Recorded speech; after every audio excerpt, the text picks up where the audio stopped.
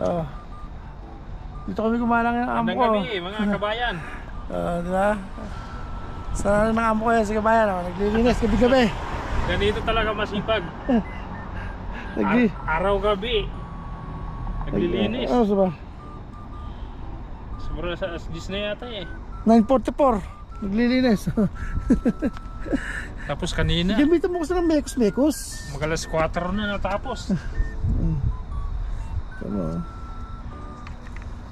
Mahirap talaga pag maraming sasakyan. Siguro kung di na tulungan, baka nando ko pa. Uulitin ko pa yan ano? Alin? Ayan ano? Ayan, halata yan. Halata yan.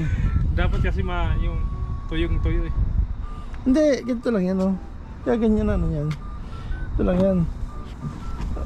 Basa-basa kasi ano mo eh. Ngayon, pag bumakat na yan, hindi na halata pag aligabok yan. Hindi naman kasi naalis eh. Ha? Oo. Gamitin mo ng mekos-mekos. Mekos-mekos na yan.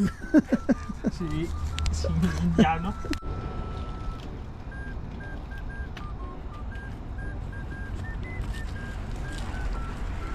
Punas na punas ang ilalim, oh. Ganyan talaga ang linis.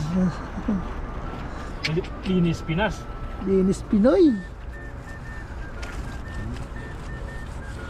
Para matuwa naman yung amo sa hinahanap kong driver.